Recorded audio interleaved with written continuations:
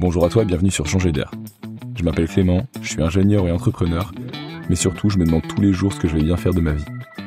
Chaque semaine, je vais à la rencontre de celles et ceux qui changent le monde pour partager leurs histoires et ce qu'ils ont appris sur leur parcours.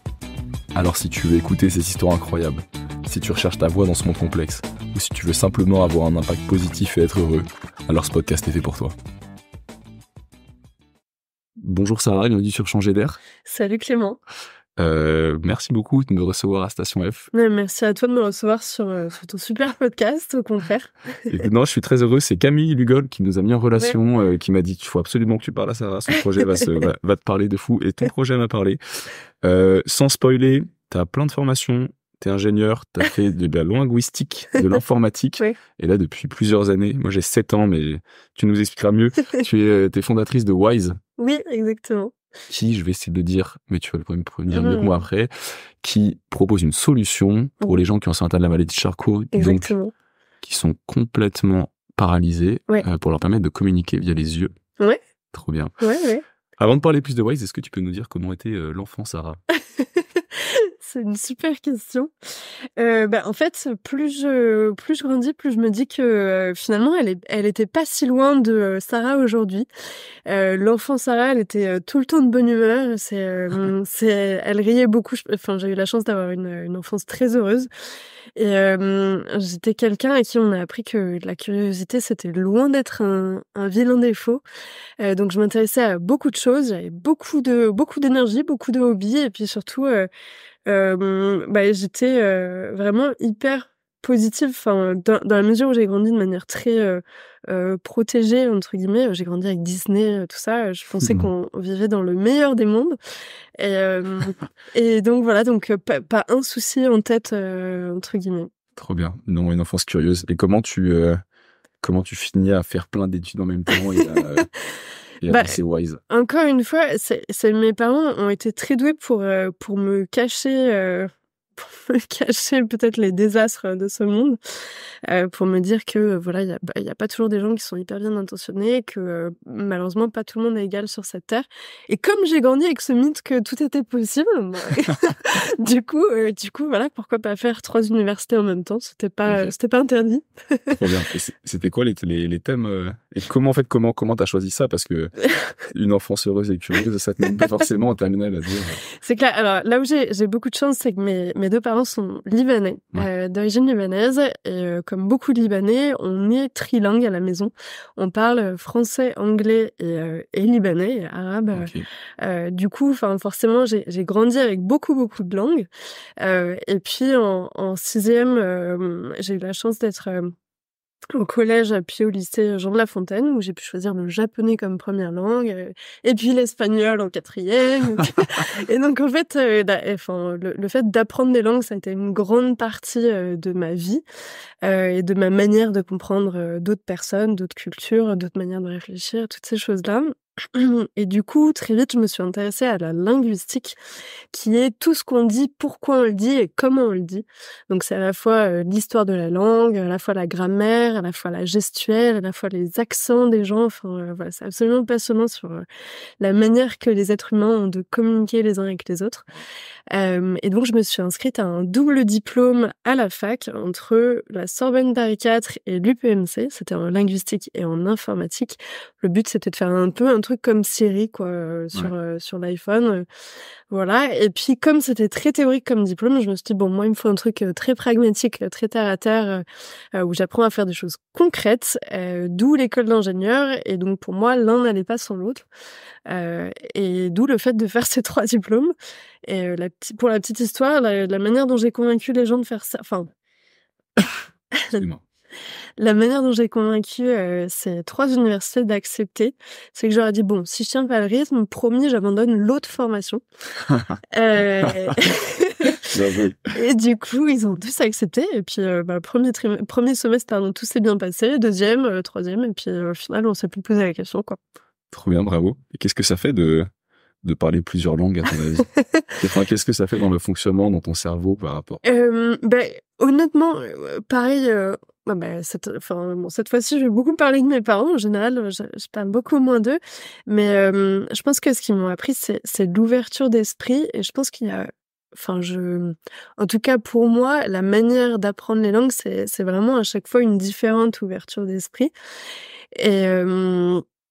Et du coup, on dit souvent que quand on parle une autre langue, on a une personnalité qui est différente dans cette autre langue qui n'est pas sa langue maternelle. Et je pense que du fait d'en parler autant et de les parler de manière aussi maîtrisée, je pense que j'ai dépassé ce stade-là. Enfin, je pense vraiment être la même personne en français qu'en anglais, qu'en arabe ou qu'en espagnol, peut-être moins en japonais ou en italien, mais mais ouais, et c'est absolument passionnant de pouvoir faire des blagues, de pouvoir continuer d'exprimer sa personnalité dans des langues différentes. J'arrive pas à l'expliquer mieux que. Enfin voilà, en fait, j'arrive difficilement à mettre le doigt sur. D'un point de vue extérieur, je me dis que tu dois. Par le fait que tu as appris plein de langues, tu sais que si des gens peuvent parler d'autres langues, alors ils peuvent penser autrement que toi, et c'est très bien aussi. Ils peuvent ressentir différent que toi, et c'est ok, quoi. C'est pas tout comme la langue. Ok. Ok, merci. Et comment, au cours de ces études, t'es amené à monter, à lancer Wise alors si j'ai bien compris que c'était oui. études. C'est effectivement pendant mes études. Alors, en fait, quand j'ai fini mon triple cursus, il me restait, entre guillemets, plus que l'école d'ingénieur. Et juste avant de rentrer, donc en 4e année d'école d'ingé, j'ai entendu parler de la maladie de Charcot et du fait que les personnes soient complètement enfermés dans leur corps de par cette maladie, donc ils sont complètement paralysés, ils entendent, ils comprennent absolument tout ce qu'on leur dit, mais ils peuvent pas s'exprimer, ils peuvent pas répondre du fait de leur paralysie. Et en fait, ça m'a complètement bouleversée, j'en ai la voix qui est coupée, rien que d'y penser, mais de se dire que finalement, il y a des personnes sur cette planète qui ont autant d'idées que moi, autant d'émotions que moi, qui ont peut-être la capacité d'apprendre autant de langues, voire beaucoup plus que moi, et qui sont pas capables de l'exprimer pour des limitations qui sont purement physiques. Ça m'a fait un sacré choc. Et en fait, j'ai entendu parler du fait qu'ils pouvaient bouger leurs yeux. Et je me suis dit, s'ils bougent leurs yeux, c'est sûr, on va pouvoir se comprendre. Enfin, je sais pas, on fait du morse avec les yeux, on fait une paire de lunettes, on met des capteurs dessus. Enfin, c'est sûr, on va pouvoir se comprendre. Et du coup, je me suis dit, il y a forcément des solutions qui existent pour faire parler ces gens-là. Et c'était le cas. Il y avait déjà des solutions qui existaient. Et à l'époque, elles coûtaient 22 000 €. Alors aujourd'hui, il y en a encore qui coûtent 22 000 €. Aujourd'hui, on a la chance d'avoir des solutions qui sont plus à ce prix-là, toujours très onéreuses, mais plus à ce prix-là. Mais du coup, je me suis dit, 22 000 € pour dire bonjour, c'est quand même beaucoup. Concrètement, juste, ça marchait comment, ces solutions? Alors, ces solutions, ça marchait avec une caméra infrarouge, une caméra optique, qui vient détecter le mouvement des pupilles de la personne. Ouais. Et du coup, les pupilles de la personne deviennent la souris au niveau de l'écran qui est contrôlé, donc l'écran de l'ordinateur. Et donc, c'est comme ça qu'ils vont pouvoir aller taper du texte sur un clavier, etc. Donc, c'est très complet, c'est très rapide. Par contre, c'est des solutions qui sont très complexes technologiquement et qui sont pas accessibles à tout le monde, juste d'un point de vue technique. D'autre part, pour des questions de paralysie. Et puis, la dernière chose, c'est que en fait, c'était les seuls sur le marché. Et donc, forcément, ils peuvent mettre le prix qu'ils veulent. Ouais. Et donc, l'idée, c'était un peu en fait, avant, pour en revenir à ta question de comment s'est lancé le projet, l'idée, c'était de se dire, moi, je suis étudiante, j'ai du temps, j'ai des ressources. Mon école d'ingé me dit, t'as un projet d'études à faire, etc. Donc, du coup, j'ai dit, super, pour mon projet d'études, j'ai envie de passer du temps à faire une solution pour ces gens-là. Et puis moi, comme je suis étudiante, j'ai pas besoin de me faire d'argent, entre guillemets. J'ai juste à apporter une solution. Et en fait, c'est en développant le projet, alors notamment, au bout de 2 ans de développement, on a déposé un premier brevet sur la technologie, on était trop fiers. Et du coup, ça nous a amenés au concours Lépine à Paris. Donc on est T'as le droit de dire sur quoi on fait ce brevet, quoi. Oui, bien sûr, parce que maintenant c'est breveté. Quelle était l'innovation? L'innovation, c'était que nos lunettes, elles s'adaptaient à la fatigue progressive de l'utilisateur quand il les utilise, parce que même si on a fait quelque chose qui est relativement simple, confortable, etc., forcément, à force de cligner des yeux toute la journée, ou à force de les utiliser toute la journée, la personne va se fatiguer progressivement. Et du coup, en fait, notre algorithme de détection s'adaptait à cette condition-là. Donc voilà, et grâce à ça, on a pu aller au concours Lépine défendre notre innovation. On a eu la médaille d'or, on était hyper contents, voilà, hyper fiers. Et ce qui s'est passé, c'est que pour la première fois, on a rencontré le grand public qui est venu à nous et qui nous a dit « Mais attendez, votre truc, ça répond à beaucoup plus que la maladie de Charcot. » Ils nous ont parlé de, par exemple, leur oncle qui a fait un AVC et qui se retrouve en Lockton syndrome, d'une personne qui a fait un accident de la route, d'une personne qui est née avec une myopathie, pardon. Et du coup, en fait, on s'est dit « Ah oui, d'accord, donc ça répond à beaucoup plus de monde. Donc si on veut continuer ce projet, il va falloir qu'on se lance pour de vrai. C'est plus un projet qu'on peut faire sur notre temps libre. » Parce que là, j'allais dire, tu étais étudiante encore à ce moment-là ou tu Et travaillais? à ce moment-là, j'étais sur la fin de mes études. Donc, face au marché du travail. Face au marché du travail. Et du coup, on s'est dit, là, c'est le moment. En fait, il faut en faire une start-up.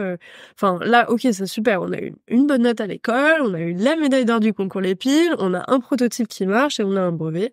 Ok, mais so what? Si on s'arrête là, qu'adviendra-t-il de ce super prototype qu'on a fait tester à plein de gens pour que ça puisse vraiment leur servir? Il va falloir qu'on le produise et du coup, il va falloir en faire une entreprise à proprement parler. Quand tu dis ton prototype qui fonctionnait, ça veut dire que tu avais déjà fait la démarche d'aller voir des utilisateurs, des patients? Ah oui, bien sûr, ça c'était depuis le tout début. J'ai toujours dit que j'ai essayé de lancer le projet avec énormément d'empathie, en me disant voilà, moi dans cette situation-là, j'aimerais qu'il y ait des gens qui puissent trouver des solutions pour moi, donc je vais essayer d'en trouver une pour eux.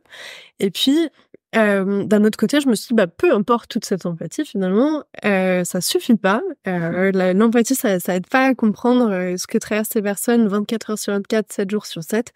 Du coup, il va falloir qu'on aille leur parler et c'est eux qui vont nous diriger dans le développement. Donc à l'époque, on est allé sur Facebook aller contacter des patients, les assos, les familles concernées.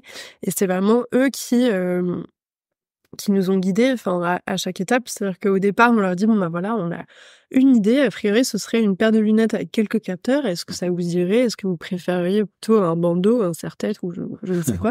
Ils ont dit non, lunettes, c'est très bien.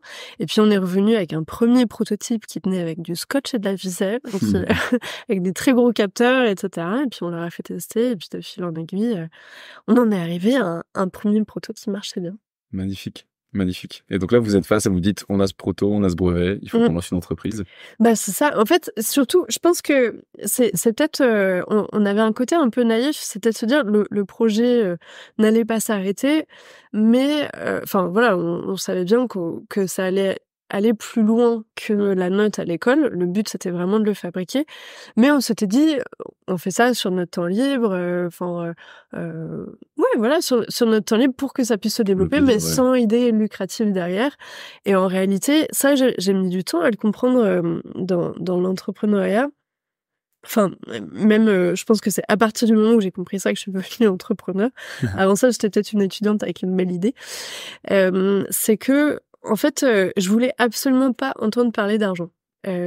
Pour moi, j'étais concentrée sur la solution. Je me suis dit, mais si la solution, elle marche, l'entreprise va marcher, il y a pas de sujet derrière, entre guillemets. Et en fait, j'ai mis du temps à comprendre que si on faisait pas d'argent, on n'avait pas d'argent pour développer une solution. Si on n'a pas d'argent pour développer une solution, on n'a pas de solution. Et du coup, on sert à personne.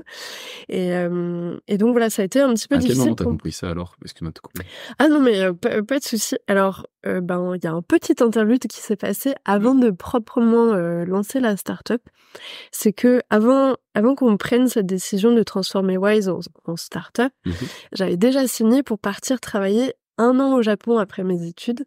Et donc, ça faisait 6 mois que le contrat était signé. Je pouvais pas reculer, c'était fait. Et je m'étais dit, super, j'ai mon stage de fin d'études, j'ai 5 mois et demi, 6 mois. C'est parfait pour lancer une entreprise. 6 mois, c'est clair que... voilà. Et donc... Du Japon, en plus. Alors non, c'était avant de partir. Je partais en septembre et je me suis dit, hop, en avril, j'ai jusqu'à août, très bien, pas de souci. Surtout au mois d'août, c'est connu en France, on travaille super bien. Et donc voilà, et donc en fait, c'est en m'éloignant finalement, en allant à l'autre bout de la terre, dans un endroit où j'aime bien dire que c'était chez moi sans être chez moi, c'était les codes qui sont complètement bouleversés, enfin, et je pense que ça m'a remis la tête sur les épaules. Et justement au Japon, on apprend à avoir énormément d'humilité, à respecter ses supérieurs, et cetera. Ce qui fait que quand je suis revenue en France, en fait, avant, oh là là, du coup, en termes de chronologie, c'est un peu dans tous les sens, mais On peut refaire un petit on peut refaire. Alors, en fait, j'ai fait mon stage dans Wise, qui n'était pas encore une entreprise, mais l'école a accepté que tu dises en fait moi Wise, je vais lancer mon projet. Exactement. Là, ça fait 2 ans que tu t'as fait dessus quand même, et tu t'es dit ça va être facile. Dans fin août, c'est lancé. Tout à fait. C'est fini. Voilà, exactement. C'est là où je dis que j'étais pas encore entrepreneur. C'est pas 7 ans plus tard, exactement. Alors c'est pas tout à fait 7 ans plus tard. C'est 7 ans en comptant le moment où l'idée a émergé. Mais du coup, pendant mon stage, c'est vrai que j'étais à l'incubateur de mon école d'ingénieur, et j'avais des mentors qui me disaient mais bon, ça super projet, mais ça a jamais marché, justement pour des questions économiques, financières. Et en fait, donc j'avais 22 ans et j'étais quelqu'un de très fier. Et j'avais un peu cette manie que quand on me disait bah ça va pas marcher, je disais bah si tu vas voir, ça va marcher. Et voilà. Et en fait, le fait de revenir du Japon, je pense que ce qui a changé, c'est que j'ai appris à dire ok, alors ça va pas marcher comme ça, mais comment est-ce qu'on peut faire en sorte que ça puisse marcher? Parce que ça doit marcher, la question elle est pas là. C'est juste qu'est-ce qu'on doit changer dans la stratégie pour que ça devienne une entreprise qui est viable, et qui puisse vraiment construire une solution viable pour les patients. Et donc le Japon t'a vraiment donné un petit cours d'entrepreneuriat, à quel moment ça a été aussi... En fait, je pense que j'avais besoin de me recentrer un petit peu. Et du coup, le fait d'être dans une entreprise où j'ai beaucoup de choses à apprendre, où c'est pas du tout ma première langue, où enfin vraiment faut beaucoup se taire pour apprendre, enfin pour écouter en fait ses supérieurs et comprendre vraiment ce que je dois faire et ce qui est essentiel dans ma mission. Ça a fait que je me suis dit finalement, quand on écoute les autres, il se passe quand même beaucoup de choses. En fait, c'est un bon mélange. Enfin, il faut avoir de l'ambition, il faut être quelqu'un qui ose pour faire de l'entrepreneuriat. Mais je pense qu'on a un peu tendance à caricaturer ça, à dire ah bah voilà, enfin il y a rien qui l'arrête, elle a pas froid aux yeux, etc. Bah ça suffit pas finalement. Il faut, on est dans une société qui se construit avec beaucoup d'individus et donc forcément, il y a qu'à gagner du point de vue des autres. Et peut-être que j'avais un certain refus de l'autorité. Enfin, c'est un peu ironique parce que j'étais très bonne élève, très studieuse, mais cette idée que des gens puissent savoir ce qu'il faut faire dans mon entreprise à ma place, c'était hors de question. Ok. Et donc t'aurais acquéri ce côté je suis prêt à entendre des retours au Japon.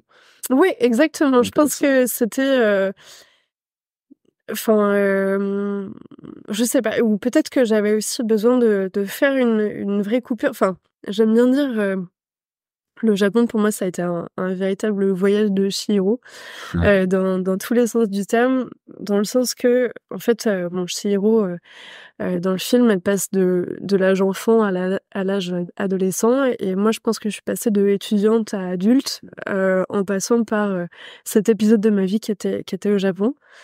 Et juste le fait d'avoir vécu des choses tellement différentes là-bas, le fait d'avoir des gens qui réfléchissent complètement différemment là-bas, ça a été juste infiniment enrichissant. Et du coup, en revenant, je ne pouvais qu'avoir une vision très fraîche finalement d'un projet que j'avais commencé il y a 2 ans plus tôt, quoi. Et donc, t'as fait quoi quand t'es revenue du Japon? J'ai fait quoi quand je suis revenue du Japon? Je me suis mise à plein temps sur Wise. Je me suis dit, ok, pour que ça marche, il va falloir être à plein temps. Et du coup, la première chose que j'ai faite, c'est essayer de me former au maximum. En fait, j'ai fait je connaissais absolument rien de l'entrepreneuriat, mais rien du tout. J'avais pas de réseau, rien. Ça prend un peu quand même. Oui, c'est clair.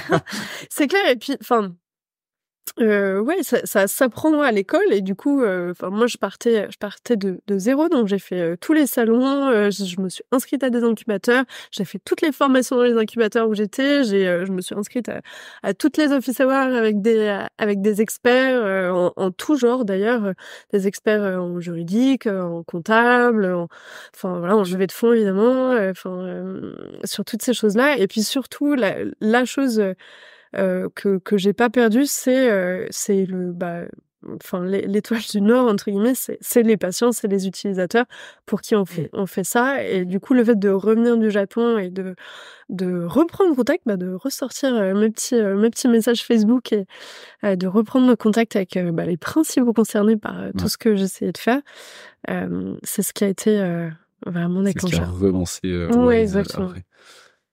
Donc les premières étapes, c'est d'aller chercher les gens qui utilisent ton produit. Comment tu as validé la partie financière, justement? Comment j'ai validé la partie financière? Parce qu'en fait, tu es sur une deep tech, on est d'accord? Ça veut dire que tu vends pas un produit directement et en fait, tu lances ta boîte en vendant, c'est que tu dis: «Je vais faire ça. Oui. Promis, ça va répondre à vos besoins» Ouais. et donc tu as des investisseurs, tu as levé des fonds? Alors, pas encore. Là, on ouvre notre capital pour la première fois en ce moment. Grâce au concours? Et voilà. Et en fait, depuis le départ, il y a un truc qui a été absolument génial, c'est que les gens sont vraiment touchés par ce qu'on fait. Et du coup, on a fait beaucoup de concours, beaucoup d'appels à projets. Et donc, c'est comme ça qu'on s'est financé au départ. Et puis, on a touché une première subvention de l'État qui est la bourse French Tech Tremplin, qui, comme son nom l'indique, a été vraiment le tremplin pour faire nos premiers prototypes, pour tester à plus grande échelle, etc. Et puis, en fait, de fil en aiguille, à chaque fois qu'on avait un financement de plus, ça nous ouvrait d'autres portes. Et on est arrivé jusqu'au concours iLab. Alors, c'est un peu spécifique, c'est le concours très deep tech, très innovation de BPI France. Et donc, on a eu cette super subvention. J'ai vu Lila, bravo. Merci beaucoup. Beau dossier. Ouais, ceux qui connaissent savent. C'est un vrai dossier. Ça nous a pris, je pense, une semaine, nuit et jour. Ouais. 24 heures sur 24, on avait vraiment fait des nocturnes à l'incubateur pour remplir le dossier. Mais en fait, si je peux faire une petite parenthèse sur Elab, je trouve que c'est une très belle. Bon, l'État, on sait qu'il finance les startups, mais c'est une belle manière de financer l'innovation à travers une demande de est-ce que vous avez bien des clients qui ont besoin, est-ce que c'est vraiment, ça répond à un vrai besoin, est-ce que ça a un impact positif. Tout à et fait. À la fin, dans ton genre, par exemple, j'ai l'impression que Wise, on peut leur donner de l'argent pour qu'ils fassent quelque chose, quoi. Et c'est une belle. C'est vrai, en fait, j'allais y venir en disant que vraiment, alors il y a beaucoup de choses à redire sur le gouvernement en France, mais c'est vrai en tout cas pour Wise, on a été énormément soutenus dans notre démarche d'innovation, et je pense que, on a une chance inouïe d'être ici, d'être aussi soutenu par l'État. Et justement, je pense que le fait d'avoir pu faire autant de concours, autant d'appels à projets, d'avoir pu bénéficier d'autant de subventions, ça nous a donné du temps pour développer une vraie tech qui marche et qui répond à un maximum d'utilisateurs. Et du coup, en fait, on a pu se donner le temps de cette phase de prototypage qui a été énorme, en fait. La R&D qu'il y a derrière, elle est juste monstrueuse. C'était pas les 6 mois, en fait, de stage. Ah oui, non. Là, on est passé par là aussi. Dans 6 mois, le produit est fini. de 3 ans après. Exactement. Mais c'est vraiment ça. Et du coup, en fait, au fur et à mesure de toutes ces années, c'est vraiment là où je me suis formée en tant qu'entrepreneur, où j'ai gagné en maturité, jusqu'à arriver à la vraie commercialisation en janvier 2024. Donc là, il y a tout juste quelques mois. Ouais, cool. Et avant ça, en fait, c'est pareil. Peut-être à l'image de ce qu'on disait tout à l'heure, mais j'ai été énormément protégée, c'est-à-dire que on a évolué dans un écosystème qui a été très bienveillant avec notre projet, et de se dire, ok, ce projet-là, pour que ça marche, il va falloir du temps, il va falloir des ressources, et du coup, on fait confiance à ces entrepreneurs pour le développer, et ensuite, maintenant, on en est là, on en est à la commercialisation, c'est maintenant que tout se joue, et on est pratiquement en rupture de stock, donc tout va bien. Et donc aujourd'hui, Wise, si tu dois présenter Wise à quelqu'un en 2 mots, comment tu... En 2 mots, je sais pas si j'ai en 2 mots, en une phrase peut-être. J'ai le pitch en une phrase. On m'a pas encore demandé en 2 mots. T'as même 2 minutes. En 2 mots, c'est innovation et accessibilité ou inclusion. Et en une phrase, c'est des lunettes connectées qui permettent à des personnes qui sont complètement paralysées et qui ne peuvent pas s'exprimer de piloter un smartphone, une tablette ou un ordinateur avec leurs yeux. Voilà. C'est n'importe quel smartphone. Bon, on n'a pas de jaloux, on est sur Android, iOS, macOS, Windows et même Linux. Donc tu as fait une démo juste avant, c'est assez impressionnant. Ok. Et donc vous êtes une entreprise de 5 personnes. C'est quoi vos pôles? C'est commercialisation, peut-être industrialisation? Alors, industrialisation, pas tout de suite. Au fait, contrairement à ce qu'on pourrait croire, alors nos lunettes, elles sont imprimées en 3D. Alors évidemment, c'est pas l'imprimante 3D qu'on a dans sa chambre. C'est une finition un peu plus complexe, mais le fait de pouvoir travailler avec des impressions 3D, ça nous permet énormément de flexibilité au niveau du design, et du coup, ça nous permet de faire des séries qui sont relativement plus restreintes. Ce qui fait qu'en fait, on n'a pas un gap énorme en faisant des petites séries ou des un peu plus grosses séries. Donc économiquement parlant et industriellement parlant, avec des gros guillemets, c'est plus intéressant pour nous de rester sur cette voie-là pour l'instant. En fait, les lunettes, alors oui, certes, elles sont commercialisées, mais il y a encore de la R&D à faire dessus. Non pas pour qu'elles marchent, mais pour qu'elles fassent encore plus de choses. Pour qu'elles aient de plus en plus de fonctionnalités. C'est de permettre de faire plus de choses aux patients. C'est ça. C'est en fait, alors il y a un truc que j'adore dans notre stratégie, c'est un peu notre secret sauce, pardon, voilà. C'est que en fait, aujourd'hui, il y a un terme qui est un peu à la mode, c'est de parler de startups qui sont impact native. Donc en gros, des startups, pardon, on est à la station, il faut parler en anglais un petit peu. Mais en gros, c'est des startups qui, dans leur modèle économique et dans ce qu'elles commercialisent, font de l'impact. Donc nous, c'est vrai, pour chaque personne qui est équipée de nos lunettes, elle va pouvoir retrouver de l'autonomie dans son quotidien. Donc ça c'est vrai, certes. Mais en fait, ce qu'on est en train de faire, c'est que par exemple, on a commencé les essais sur fauteuil électrique. Donc en fait, avec nos lunettes, on arrive déjà à avancer dans toutes les directions, à faire pivoter le fauteuil, à modifier l'assise, etc. Donc bon, ça c'est super. Alors il y a encore du travail à faire. Pour la petite anecdote, quand je les ai testés, j'ai foncé dans une table. C'est honnête. Voilà. Ça fait 3 ans que je ne conduis plus de voiture, donc je ne conduirai pas plus de fauteuil électrique. Il y a encore du boulot, évidemment, mais bon, on se rapproche de ce contrôle-là. Et en fait, au-delà de ça, le fait de pouvoir contrôler des fauteuils électriques, ça permet plusieurs choses. Ça permet certes d'amener plus d'autonomie aux patients qu'on équipe déjà, mais ça nous permet de répondre à encore plus de patients, notamment des personnes qui sont tétraplégiques, mais qui sont capables de parler, bien sûr, tous les jours, et qui, aujourd'hui, ont des solutions qui sont soit onéreuses, soit douloureuses, soit inconfortables pour piloter leur fauteuil. Et donc, en fait, ça nous permet d'élargir notre cible d'utilisateurs, ce qui fait qu'en fait, comme à partir des mêmes lunettes, on fait plus de choses et on répond à plus de monde, et on n'a pas besoin de les rendre plus chers ou beaucoup plus chers en tout cas. Et donc c'est un peu ça notre secret sauce que je disais tout à l'heure, c'est de faire de l'impact, mais de l'impact qui fonctionne comme un cercle vertueux entre guillemets. Plus on grandit, plus on permet d'autonomie et plus on répond à de monde. Et plus on fait ça sans augmenter tes coûts. Sans augmenter nos coûts, exactement. Et qu'est-ce qui vous différencie de vos concurrents à 22 000 € alors? Alors, qu'est-ce qui nous différencie de nos concurrents à 22 000 €? En fait, ce qui nous différencie, c'est que nous, on a commencé quand on était étudiants et que on avait un super budget, je l'ai peut-être dit tout à l'heure, de 30 € pour faire notre premier proto. Donc forcément, on n'avait pas les moyens d'aller s'acheter des super caméras hyper technologiques, etc. Donc on a opté pour des capteurs infrarouges. C'est tout petit, un capteur infrarouge, ça fait quelques millimètres en longueur, en largeur et en hauteur. Et du coup, en fait, ces capteurs infrarouges, ça nous permet 3 choses. La première, c'est que, en fait, on a un peu recodé ce que font nos concurrents avec une caméra, c'est-à-dire qu'on a Une recartographié. caméra qui est, elle, beaucoup plus chère que ton capteur. Oui, en effet. Mais du coup, en fait, on a pallié le manque de moyens avec plus d'innovation, entre guillemets. C'est-à-dire qu'on vient cartographier les mouvements de la personne, les yeux de la personne, pour détecter n'importe quel mouvement autour ou dans les yeux, c'est-à-dire qu'on va pouvoir détecter un clin d'œil, un haussement de sourcil, un froncement de sourcil, ou encore le mouvement des pupilles, de la paupière.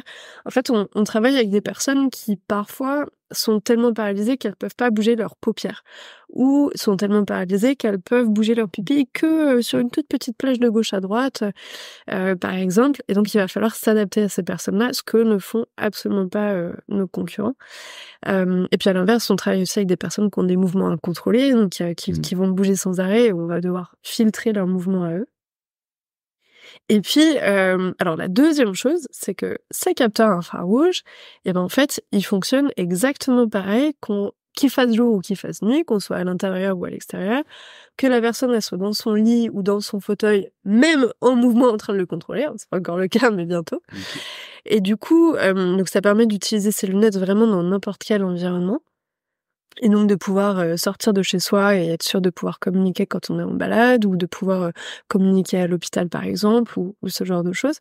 Et puis la dernière chose, c'est qu'effectivement, les capteurs infrarouges, c'est beaucoup moins cher que des caméras. Du coup, ça nous permet d'avoir des lunettes qui sont beaucoup plus accessibles que nos concurrents. Alors nous, nos lunettes, elles sont proposées à 2 500 €. Sachant que, comme on les a fait certifier, elles sont prises en charge par un organisme qu'on appelle la MDPH, c'est la Maison départementale des personnes handicapées. Elles prennent en charge 75% de nos lunettes pour les personnes qui ont moins de 60 ans, alors ça devient un peu technique. Okay. Du coup, pour les personnes qui ont plus que 60 ans et qui n'auraient pas les moyens de se les payer, on travaille avec pas mal d'associations qui acceptent de les acheter et de les prêter à ces personnes-là, qui deviennent adhérentes de l'asso. Et puis nos concurrents, eux, ils sont plutôt entre 8 000 et 22 000 €. Donc c'est sûr que c'est pas tout à fait le même tarif. Merci beaucoup. Très belle histoire, Sarah. Tu as un peu répondu, mais c'est quoi pour toi un entrepreneur? C'est quoi pour moi un entrepreneur? Pour moi, un entrepreneur, c'est quelqu'un qui trouve des solutions à des enjeux sociétaux, enfin sociétaux, j'entends sociaux et environnementaux. Voilà. Qui propose des solutions. Donc. Ok. Et c'est quoi les qualités d'un entrepreneur? Déjà, c'est quelqu'un qui est à l'écoute. Je pense que un entrepreneur qui écoute rien, c'est pas un entrepreneur, comme je disais tout à l'heure. Le truc que t'as dit, ouais. Mais qui est à l'écoute à la fois de ses utilisateurs, de ce dont a besoin de la société, de ce qui change aussi au jour le jour, qui est à l'écoute des autres startups qui innovent aussi. Et puis la deuxième chose, c'est que c'est quelqu'un forcément qui doit avoir un petit peu d'ambition, qui en fait part du principe que ce qui existe aujourd'hui peut être amélioré, et que du coup voilà, il est prêt à le faire et à se lancer pour ça. Et c'est quoi, toi, ton ambition pour Wise, là, dans quelques années, ou à court terme ou à long terme? À court terme ou à long terme, en fait, moi, j'ai vraiment envie que Wise, ça devienne un exemple d'entreprise à impact. C'est-à-dire que aujourd'hui, là encore plus parce qu'on lève des fonds en ce moment, etc. Et puis on a de la chance d'avoir des investisseurs qui commencent à nous faire confiance et à rentrer au capital, donc on est immensément fiers. Mais pendant longtemps, j'ai beaucoup entendu le fait que on est une entreprise qui fait du hardware, on s'adresse à une toute petite cible, ça sera pas rentable, etc. Et en fait, c'est un discours que j'accepte plus, parce que en fait, on a un business model qui, en toute humilité, est très intelligent. En fait, on fait bien les choses, qui tient la route, et puis en plus de ça, en fait, le fait de dire c'est un tout petit marché, j'ai horreur de ce terme-là, c'est que en fait aujourd'hui c'est une communauté de personnes qui est mal représentée, qui est mal équipée, qui est mal desservie. Et donc c'est pas parce que il y a très peu de personnes par rapport à la planète entière que en fait il faut pas qu'il faut pas les équiper, il faut pas améliorer leur quotidien. Cette phrase de attends, ton marché il fait moins de 3 milliards. Ouais, c'est ça, exactement. Tu te dis mais quoi, comment? Exactement. Et du coup, en fait, moi j'ai envie que dans quelques années on se dise mais enfin que ce soit plus un discours acceptable en fait, qu'on se dise mais Wise a fait, mais regarde cette super boîte qui est là, qui est internationale. D'ailleurs on est ravis d'avoir déjà des utilisateurs internationaux, mais cette super boîte qui est hyper vertueuse, etc., elle marche, elle croît, et du coup c'est elle répond à un besoin. Elle répond à un vrai besoin, et surtout elle est rentable, et elle continue de croître. Donc c'est plus entendable en fait de dire l'impact c'est pas rentable. Okay. Voilà, j'ai envie qu'on devienne une entreprise exemple. Magnifique. Tu connais ce que c'est les ESUS dans l'ESS ou pas? Oui, bien sûr. C'est vrai que nous on répond à ces critères d'entreprise sociale et solidaire. On n'a pas l'agrément, et c'est une question de formalité. Là, on va modifier nos statuts, donc peut-être qu'on le fera. C'est parce que j'ai parlé avec Jean-Michel Pasquier, et le porte-parole de l'ESS en France, et donc il m'a raconté tout ce que c'était, tout ce que ça impliquait. Et je trouvais ça résonne avec ce que tu viens de dire. Ok. Est-ce que tu as des moments ou des rencontres dans ta vie ou dans le cadre de Wise qui ont vraiment pour toi changé ton chemin ou fait basculer ton chemin? Complètement. Je voudrais remercier peut-être. Ah oui, mais alors les premières personnes à remercier, c'est chacun de nos testeurs et chacun de nos utilisateurs. Et je pense que en fait, j'aime bien dire, à chaque nouvelle personne qu'on équipe, c'est une belle histoire qui s'écrit. C'est une histoire qui s'écrit avec les yeux. Voilà. Mais c'est vrai qu'à chaque fois, c'est une rencontre qui est absolument passionnante. Il y a un utilisateur, enfin un jeune homme qui s'appelle Gwen, qui avant d'être complètement paralysé était alpiniste. Donc il a gravi les monts les plus hauts de cette planète, et puis aujourd'hui on échange beaucoup sur ça par exemple, et lui ça a été une rencontre assez merveilleuse. En plus il a pris des photos magnifiques de chacune de ses expéditions, donc moi qui aime beaucoup voyager, c'est vrai que c'est très inspirant. Et puis il y a deux rencontres auxquelles je pense un peu plus que les autres, parce que en plus de m'avoir changé moi, elles ont changé beaucoup de choses pour Wise. La première, c'est la rencontre avec José. C'est un grand coureur de marathon qui aujourd'hui continue de courir des marathons en étant complètement paralysé, parce que il a la maladie de Charcot. Ouais. Et du coup, aujourd'hui, il continue de courir, mais en étant poussé dans des fauteuils adaptés qui m'a fait appeler des Josettes. Donc, c'est des fauteuils absolument parfaits pour les courses. Et du coup, il y a tous ces coureurs qui sont là, qui courent avec lui et pour lui. Et donc, en fait, l'objectif avec José, c'était de pouvoir communiquer pendant un semi-marathon, un marathon, etc., de pouvoir encourager ces pousseurs, de pouvoir leur demander de s'arrêter sur des ravitaillements, de pouvoir les diriger aussi sur des trails ou ce genre de choses. Et du coup, donc on a beaucoup fait tester les lunettes à José jusqu'à ce qu'il devienne, je pense, notre premier utilisateur. Je sais pas si je me trompe, c'est peut-être lui le premier. Mais du coup, voilà, il nous a mis au défi de venir le pousser sur des semi-marathons. Et puis, on a fait une première course, puis une deuxième. Et puis là, il m'a emmené au marathon de Paris. Donc, depuis cette année, je suis devenue marathonienne grâce à José. Et en fait, je pense qu'il n'y a pas meilleur crash test que de faire des courses avec José, où il y a des montées, des descentes, des cailloux, des pneus crevés, des choses comme ça, la pluie, le vent. Donc voilà, si les lunettes tiennent les 5 heures de course sans flancher, c'est que tout va bien. Et la deuxième rencontre, c'est avec la dernière rencontre. Avant de passer sur celle-là, ça m'a fait des frissons ce que tu as dit avec José. Au-delà de la partie Wise, est-ce que rencontrer quelqu'un qui fait des marathons, devient paralysé et finalement arrive à faire en sorte de courir des marathons, ça se fait pas, tu te dis pas ok, mais tout est possible en fait. Mais c'est ça. Alors moi, on m'a souvent posé la question de mais c'est pas difficile de au quotidien fréquenter des personnes qui sont paralysés, qui ont autant de difficultés au niveau de la santé. Et en fait, je pense que ça doit être la partie la plus belle de mon métier, c'est que chacun de nos utilisateurs, c'est une véritable inspiration, en fait, dans la manière dont ils se battent pour vivre et pour vivre des sensations les plus belles, les plus fortes, enfin voilà, et partager leurs émotions. Il y a plusieurs patients qui ont écrit des livres qui sont plus merveilleux les uns que les autres. Chacun écrit avec les yeux, évidemment. Et du coup, enfin, c'est impossible, en fait, en faisant des rencontres pareilles, de s'arrêter. En fait, de se dire, bon, bah, Wise, demain, on s'arrête, quoi. C'est dur en ce moment, j'ai la flemme. Ouais. Exactement. Wow. C'est grâce à eux qu'on continue, c'est pour eux qu'on continue. Et en fait, ce que je dis avec José, c'est que, ok, c'est nous qui sommes derrière le fauteuil, mais c'est lui qui nous pousse tous, finalement. Enfin, on aime bien dire que dans l'équipe, il y en a aucun qui aime courir. Que José, mais on est là pour lui, et c'est grâce à lui, il arrive. Mais moi, enfin, je pense qu'on peut recontacter tous mes profs de sport à l'école, leur dire, mais Sam Garnol qui a fait un marathon, je pense qu'il rigole, quoi. Trop cool. Ça, c'est beau à entendre.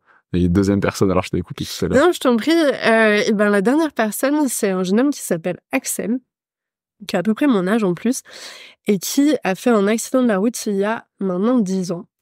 Et en fait, cet accident de la route, ça l'a rendu cérébro-lésé. Donc en gros, ça veut dire qu'il a des lésions dans le cerveau. Donc il est complètement paralysé. Et en plus de ça, du fait de ces lésions, quand on regarde un scanner ou un IRM, on sait pas trop ce qui se passe dans la tête d'Axel. On sait pas ce qu'il est capable de comprendre ou pas. Et donc, en fait, qu'il manque des parties.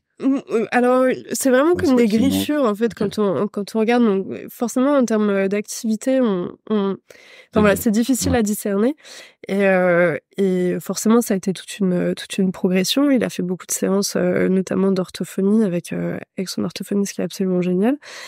Et donc, ça a été tout un parcours de récupération, mais pendant longtemps, on ne savait pas ce qu'il entendait ou pas, enfin, etc. Et donc, je suis rentrée en contact avec ses parents et on a décidé de lui faire tester les lunettes. On s'est dit, bah, on ne saura pas sans lui faire tester. Et donc, en fait, quand on lui a fait tester les lunettes, on a vu qu'il réagissait. Enfin, dans la monture, on a des petites vibrations, des petites lumières. C'est justement fait pour la rééducation. Et on a vu qu'il réagissait. Donc, on s'est dit, bah, on va continuer les séances. On va en faire toutes les semaines, voire plusieurs fois par semaine. Et en fait, au bout de 4 mois, on a réussi à faire utiliser à Axel une tablette pour qu'il puisse sélectionner des pictogrammes pour répondre à des questions. Donc en fait, on a eu la preuve qu'il entendait, qu'il comprenait, qu'il était capable de faire des choix. Ce qui n'avait jamais pu être compris avant parce que... en fait, on n'en était pas sûr. Forcément, sa famille, elle avait cette intuition parce qu'elle le connaît. Et donc Axel il était capable de dire oui avec les yeux, donc en fait il baissait les yeux, mais on savait pas forcément si c'était volontaire ou pas, parfois s'il est pas d'humeur il répond pas, ce genre de choses.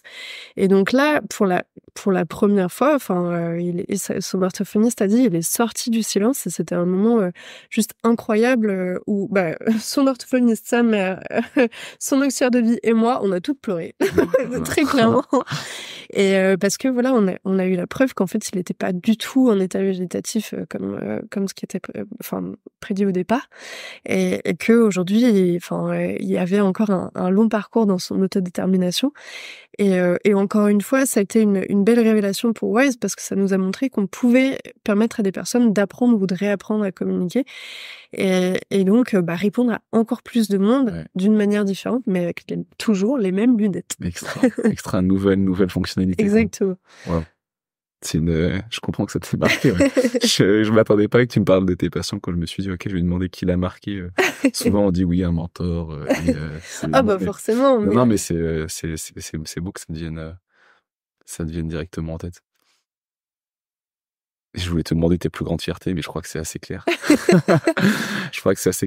Non, mais écoute, sur un tout autre sujet, comment, en tant qu'entrepreneur impact, justement, tu te places face aux crises écologiques, aux crises sociales qu'on traverse? Toi, tu te dis, mais en fait, je me lève tous les jours pour aider des gens, et j'ai l'impression que c'est pas le cas de toutes les populations. Comment tu arrives à garder le sourire? Encore une fois, je pense que Peut-être c'est la part d'enfance que j'ai gardée en moi, pardon, où en fait on a eu la chance d'être nés, on est de la même génération, on est nés dans un contexte de paix, et donc pour nous la paix c'est la base en fait, que tout ce qui est en train de se passer en ce moment c'est temporaire et on reviendra à la paix forcément. Donc déjà, je suis obligée de voir le verre à moitié plein, parce que sinon je sais pas comment comment avancer autrement. Et puis en fait, chaque jour, je me dis Wise c'est une entreprise qui normalement a un impact plutôt social, mais ça veut pas dire qu'on peut pas faire des choses à notre échelle pour protéger l'environnement. Par exemple, on est hyper fiers de produire nos lunettes en France et en Belgique. Alors forcément, nos composants viennent d'Asie, mais parce qu'ils sont pas fabriqués ailleurs sur la planète. Mais on a un circuit qui est le plus court possible. On fait tout le plus localement possible. Quand il y a des lunettes qui sont plus utilisées par des patients, on essaye de les reconditionner. Parfois, il y a des dons qui sont faits à des associations et du coup, c'est des lunettes qui sont réutilisables. Dans la manière dont on cherche, pareil, chacun de nos composants est pensé pour être minimisé, de plus efficient, etc. Et puis, dans l'entreprise, on a pas mal de petits bons réflexes. Enfin, c'est tout bête, mais par exemple, le matériel de test, les ordinateurs, les iPhones, les machins, ils sont achetés sur le back market, forcément. Et puis, moi, j'utilise Ecosia, voilà. C'est nul de le dire comme ça, mais en fait, je me dis, c'est plein de petits bons réflexes comme ça, qui font que, et puis pareil, alors je vais leur faire de la pub, pardon, mais notre assureur c'est Altovia. Il y a beaucoup de monde qui les connaît. C'est un assureur qui est responsable. En fait, tous les bénéfices de Altovia, je crois que même 50% de son chiffre d'affaires sont reversés à des causes pour la protection la protection des forêts, le nettoyage des océans, etc. Donc je me dis, en fait, c'est à tous les niveaux autant qu'on peut. On essaye d'avoir un impact positif. Et comme tu es entouré de ça, tu te dis, tu te blindes entre guillemets sur des choses qui vont dans le bon sens, et ça te permet peut-être moins voir ce qu'il y a de l'autre côté. C'est ça. En fait, je m'enferme un petit peu dans cette bulle-là, parce que ça me permet d'avancer. Mais c'est d'autant plus difficile, là, pour parler un petit peu de l'actualité, mais c'est vrai que je pense qu'on s'est tous un petit peu pris une claque aux européennes hier. Nous sommes le 10 juin, pour ça. Nous sommes le 10 juin, exactement. Et puis l'Assemblée qui est dissoute, évidemment, de se dire, mais c'est pas possible, les partis de l'extrême droite montent, et puis les électeurs de l'extrême droite se mobilisent pour voter. C'est pas possible de se dire il fait beau, c'est le week-end, la flemme d'aller voter, quoi. Et puis pour être totalement honnête, moi c'est vrai que les européennes, je pensais que c'était pas les élections les plus importantes, mais je me dis, mais la planète crame, et puis il y a la guerre un peu partout, donc c'est bien à l'échelle de l'Europe qu'il y a ce genre de décisions qui sont prises, et donc si on veut que ça change, il va falloir aller voter. Donc voilà, hier je suis un petit peu tombée des nues, parce que encore une fois, au quotidien je me dis, mais regarde, à Station F il y a tellement de personnes qui s'engagent pour un monde meilleur. Mais t'arrives à garder le sourire et je pense à être consciente de ce qu'il y a à côté, mais à ne pas tomber dans une dépression. Ok, merci beaucoup. Mais dans ce cas-là, parfois je m'enferme un peu dans le déni. En fait, je préfère penser qu'on avance, parce que sinon, je sais pas avancer autrement, quoi. Je partage un peu cette position. C'est bien de se faire des piqûres de rappel de temps en temps, mais c'est ça. C'est pas. Pour une dernière question, quel conseil tu donnerais à la jeune Sarah, peut-être qui se lançait dans Wise, où tu as le droit d'être déguisée, donc elle ne sait pas que c'est toi. Qu'est-ce que tu lui dirais? Qu'est-ce que je lui dirais? Je lui dirais d'être un peu plus patiente. C'est vrai que j'ai voulu faire les choses très vite. Et beaucoup pour des très bonnes raisons, c'est vrai que il y a ce sentiment d'urgence quand on travaille avec des personnes notamment qui ont la maladie de Charcot. C'est une maladie qui évolue très très vite, donc les personnes se paralysent à une vitesse qui est fulgurante, et parfois perdent la vie très rapidement. Et du coup, le fait que la solution ait pas été prête tout de suite, je me mettais beaucoup de pression là-dessus, mais en fait, il y a des choses qui prennent du temps et du coup d'être un petit peu plus indulgent face à ça, en fait, de se dire, enfin voilà, il faut prendre le temps de faire bien les choses. Non pas que les choses étaient mal faites, mais j'étais frustrée que ça prenne du temps pour bien les faire. Donc ça, c'est la première chose. Et puis la deuxième, c'est vrai que je l'ai un peu dit, mais ça va avec, mais d'écouter. Parce que la majorité des personnes qui m'ont conseillé à cette époque-là me conseillaient d'être patiente. Et donc de les écouter un petit peu plus là-dessus. Et puis voilà. Puis je l'ai beaucoup fait, mais de se former. Je pense que on se forme jamais assez. Merci beaucoup. Merci à toi d'avoir écouté l'épisode jusqu'au bout. J'espère du fond du cœur que tu es plein d'énergie, que tu as le sourire et que tu repars avec des réponses et inspiré par notre invité. Bon, j'écoute aussi des podcasts et je sais qu'on a la flemme de le faire, mais ça prend vraiment moins d'1 minute. Alors si tu peux liker et t'abonner à Changer d'air, merci beaucoup. Ça lui donnera de la force et de la visibilité. D'ailleurs, si tu as des retours, des questions ou des idées, n'hésite vraiment pas à me les remettre en commentaire ou à me les envoyer par mail. L'adresse est dans la description. À la semaine prochaine!